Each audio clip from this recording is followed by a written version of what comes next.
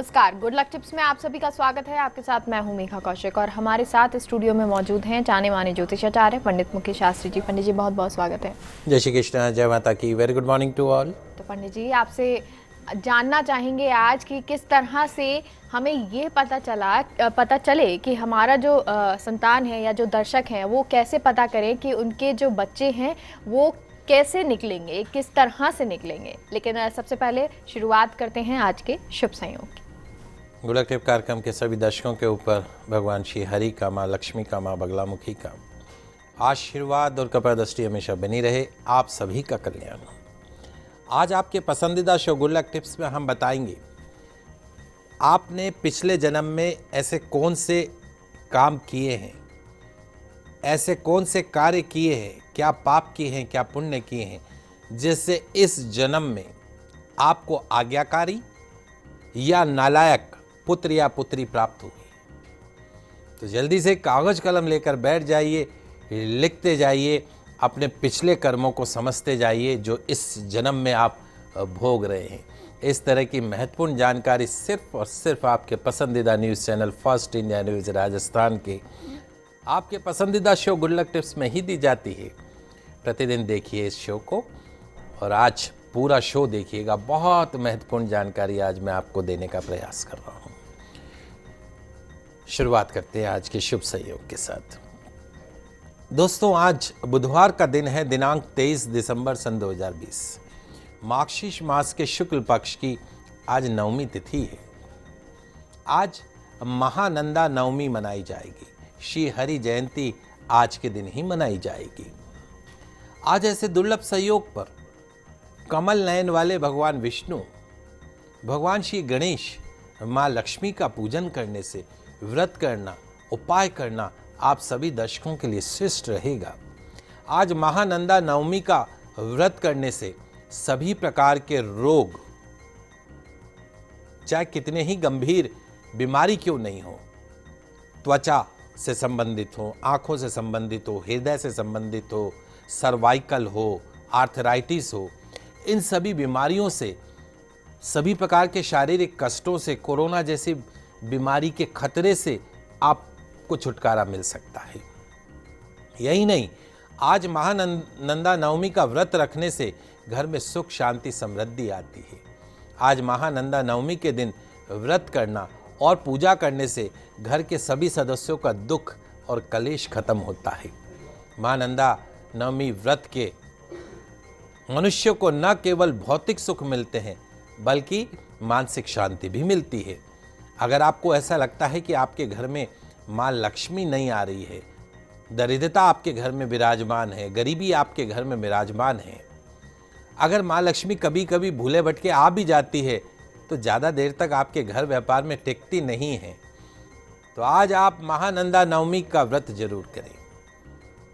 आज महानंदा नवमी का व्रत करने से,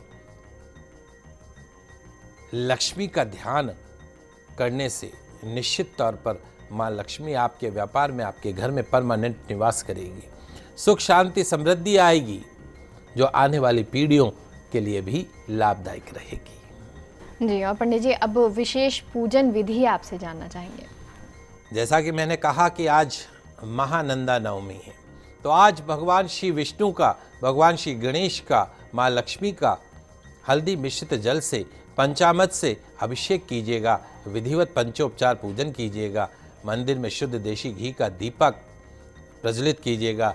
जरूरतमंद लोगों को आज अन्न का दान कीजिएगा, धन का दान कीजिएगा। और संध्या समय में उत्तर दिशा की तरफ मुख करके माँ लक्ष्मी का विधिवत पंचोपचार पूजन आज संध्या समय में करना है। माँ लक्ष्मी को पुष्पमाला अर्पण करनी है गुलाब की। माँ लक्ष्मी को सिंदूर अर्पण करना है। अन्य श्रृंगार की वस्तुएं, चुनरी इत्यादि अर्पण करनी है। पायजेब, बिछिया, इत्र इत्यादि अर्पण करने हैं।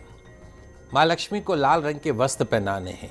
माँ लक्ष्मी को पुष्पमाला अर्पण करनी है। सिंदूर और श्रृंगार वस्तुएं सब अर्पण करनी है। शुद्ध देशी घी का एक बड़ा अखंड दीपक जो पूरी रात जलता रहे, आज वो दीपक आपको माँ लक्ष्मी के समक्ष प्रज्वलित करना है। चंदन की अगरबत्ती जलाइएगा। वो पीले लाल रंग के गुलाब पुष्प अर्पण कीजिएगा, अबीर अर्पण कीजिएगा। खीर पूड़ी हलवे चने का भोग आज संध्या समय में माँ लक्ष्मी को लगाइएगा। एक मंत्र मैं आपको बता रहा हूँ, कम से कम 108 बार उस मंत्र का आज संध्या समय में माँ लक्ष्मी के समक्ष बैठकर जाप करना है। जाप के पश्चात माँ लक्ष्मी की आरती करनी है, पुष्पांजलि करनी है, क्षमा प्रार्थना करनी है और पूजन के पश्चात जो भोग है वो छोटी कन्याओं को खिलाना है। यथाशक्ति कन्याओं को उपहार दक्षिणा इत्यादि देनी है। आज माँ लक्ष्मी के समक्ष बैठकर जो आपको पूजन मंत्र है वो मैं आपको बता देता हूँ। ओम ऐं ह्रीं क्लीं महालक्ष्मी देवी नमः। ओम ऐं ह्रीं क्लीं महालक्ष्मी देवी नमः। ओम ऐं ह्रीं क्लीं महालक्ष्मी देवी नमः।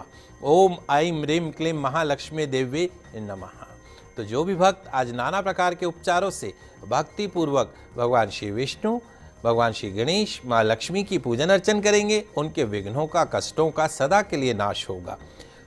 पूरी होगी हर कामना, हर इच्छा, दरिद्रता गरीबी से मिलेगी परमानेंट मुक्ति और अंत में विष्णु लोक की प्राप्ति होगी। जी और पंडित जी, अब आपसे जानना चाहेंगे कि जैसा कि आज हम चर्चा करने वाले हैं कि किस तरह से ये पता चले कि जो पुत्र है या बच्चे हैं वो कैसे निकलेंगे या किस तरह के होंगे पिछले जन्म के कर्मों से। दोस्तों, कई बार हमने किसी ना किसी को ये कहते हुए तो जरूर सुना होगा कि शायद मैंने पिछले जन्म में कोई अच्छे कर्म किए थे तो इस जन्म में मुझे आप मिले, वगैरह वगैरह। लेकिन यकीन मानिए, हमारे शास्त्रों की माने तो ये सच है कि हमारे जीवन में आए लोग, चाहे हमारे रिश्तेदार हों, सगे संबंधी हों, हमारे मित्र हों, हमारी संतान हो, चाहे पुत्र हो या पुत्री हो, हमारी पत्नी हो, हमारे पति हो, हमें पिछले जन्मों के कर्मों के वो फल ही होते हैं, उसी आधार पे वो मिलते हैं। पूर्व जन्म के कर्मों से ही हमें इस जन्म में माता पिता मिलते हैं, भाई बहन मिलते हैं, पति पत्नी मिलते हैं, प्रेमिका मिलती है, मित्र शत्रु मिलते हैं, सगे संबंधी इत्यादि। संसार के जितने भी रिश्ते नाते हैं वो सब हमें पूर्व जन्म के कर्मों के आधार पे मिलते हैं, क्योंकि इन सब को हमें या तो कुछ देना है या इनसे कुछ लेना होता है। वैसे ही संतान के रूप में हमारा कोई पूर्व जन्म का संबंधी ही आकर जन्म लेता है। तो 4 प्रकार के पुत्र शास्त्रों में बताए गए हैं। 4 प्रकार के पुत्र शास्त्रों में बताए गए हैं। कौन कौन से हैं? बहुत ही महत्वपूर्ण जानकारी आज आपके पसंदीदा शो गुड लक टिप्स के माध्यम से मैं आपको देने जा रहा हूँ। पहला जो पुत्र का जो बताया गया है, प्रकार जो बताया गया है शास्त्रों के अंदर, ऋणानुबंध पुत्र, ऋणानुबंध पुत्र, ऋण वाला जो ऋणानुबंध पुत्र। ऋणानुबंध का अर्थ होता है जिससे आपका ऋण बंधा हुआ हो या ऋण का संबंध हो, आपने किसी से कर्जा लिया हो, ऐसा कोई रिलेशनशिप है। पिछले जन्म में यदि आपने किसी से किसी भी प्रकार का कोई कर्ज लिया है या ऋण लिया है या उधार पैसा लिया है और आप उस ऋण को आपने चुकाया नहीं, उस ऋण से मुक्ति नहीं पाई, कर्ज से मुक्ति नहीं पाई, समय पर आप उस ऋण को चुका नहीं पाए, तो आपको इस जन्म में वो ऋण चुकाना होगा। जिसका आपने पिछले जन्म में कर्जा नहीं चुकाया, वो व्यक्ति इस जन्म में आपका पुत्र बनकर आपके घर में जन्म लेगा और तब तक आपके धन को नष्ट करेगा, बर्बाद करेगा, आपको सड़क पे लाके खड़ा कर देगा जब तक कि उसका पिछले जन्म का ऋण चुकता नहीं हो जाए। तो पिछले जन्म का ऋण ये सोच के कि हम मर जाएंगे उसके बाद क्या है ऋण का, आपको अगले जन्म में चुकाना है, वो संतान के रूप में किसी भी रूप में है। तो पिछले जन्म का जो ऋण था इस जन्म में वो पुत्र बनके आपके यहाँ पे घर में पैदा हुआ और आपके धन को तब तक बर्बाद किया जब तक कि वो ऋण पूरा नहीं हो गया। तो ऐसे पुत्र जो होते हैं वो ऋणानुबंध कहलाते ही। दूसरा प्रकार मैं आपको बताता हूं, शत्रु पुत्र। यदि आपने पिछले जन्म में किसी को किसी भी प्रकार का दारुण दुख दिया हो, किसी से शत्रुतापूर्ण व्यवहार किया हो, तो वो व्यक्ति या कोई व्यक्ति आपसे किसी भी तरह का बदला लेना चाहता हो लेकिन वो बदला ले नहीं पा रहा हो और इसी तड़प पे वो मर गया हो, तो निश्चित तौर पे वो व्यक्ति इस जन्म में आपका पुत्र बनकर लौटेगा। और फिर वो आप अपना बदला पूरा करने में कामयाब होगा। इस तरह के जो पुत्र होते हैं शत्रु पुत्र बोलते हैं।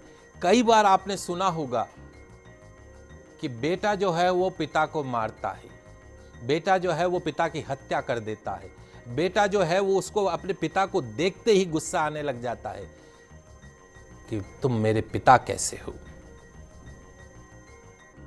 ऐसा पुत्र जो अपने पिता को शत्रु नजर से देखता हो, अपने पिता में सिर्फ कमियां ही नजर आती हो, हमेशा अपने पिता पे क्रोध करता हो, गुस्सा करता हो, ऐसा शत्रु पुत्र होता है। पिछले जन्म का कोई शत्रु इस जन्म में आपके घर में पुत्र बन के पैदा हुआ और वो आपसे शत्रुतापूर्ण व्यवहार रखता है, तो इसमें किसी का दोष नहीं है, दोष आपका है, क्योंकि पिछले जन्म में आपने किसी से शत्रुतापूर्ण व्यवहार किया था, इसलिए इस जन्म में आपको इस तरह का पुत्र प्राप्त हुआ।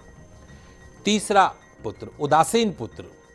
जैसा कि शब्द से ही विदित है, ऐसा पुत्र आपके प्रति उदासीन रहेगा, अर्थात ऐसे पुत्र का होना या ना होना एक ही है। आपकी सारी की सारी अपेक्षाएं धरी की धरी रह जाती है, मेरा बच्चा ऐसा होगा, वैसा होगा, फला होगा, ढीका होगा, मेरी सेवा करेगा, और एक दिन पता पड़ता है कि शादी करी और आपसे कोसों दूर चला गया। कभी फ़ोन करके भी आपसे नहीं पूछता है कि पिताजी आप जिंदा हो के मर गए हो, पिताजी आपको कुछ चाहिए क्या। ऐसे पुत्र उदासीन पुत्र कहलाते हैं। माँ बाप ने जन्म दे दिया, पढ़ा लिखा कर बड़ा कर दिया, लेकिन अब जब बुढ़ापा आया तब पुत्र ने आंखें फेर ली। पुत्र को कोई मतलब नहीं है पिता से, मर भी जाए तो भी 12 दिन के संस्कार करने नहीं आते हैं। ऐसे पुत्र जो होते हैं वो उदासीन पुत्र कहलाते हैं। इस प्रकार की जो संतान है माता पिता को वैसे दुख नहीं देती है, न तो दुख देते हैं न सुख देते, कोई मतलब ही नहीं है, जिए मरे क्या है। विवाह हुआ नहीं कि अपने पत्नी के साथ में अपने माता पिता से अलग हो जाते हैं। ये कलयुग है ना, इसीलिए तो ऐसे पुत्र देखने को मिलते हैं, उदासीन पुत्र। अंतिम चौथा सेवक पुत्र। ऐसा पुत्र सबसे अच्छा माना जाता है। यदि आपने पिछले जन्म में कोई पुण्य काम किए हों, बगैर किसी लालच के, स्वार्थ के, सच्चे मन से किसी व्यक्ति इत्यादि की सेवा करी हो, तो वह व्यक्ति आपके घर जन्म लेकर आपकी भी सेवा करके अपना कर्ज उतारेगा। साथ ही यह ना समझे कि यह सब बातें केवल मनुष्य के ऊपर लागू होती है। इन 4 प्रकार में कोई सा भी जीव भी आ सकता है।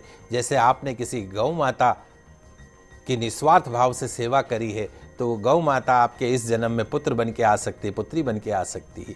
यदि आपने गौ माता को स्वार्थवश पालकर उसका दूध देना बंद करने के पश्चात घर से निकाल दिया हो, कसाईवाड़े में छोड़ दिया हो, तो ऋणानुबंध पुत्र या पुत्री बनकर आपके घर में जन्म लेके आई।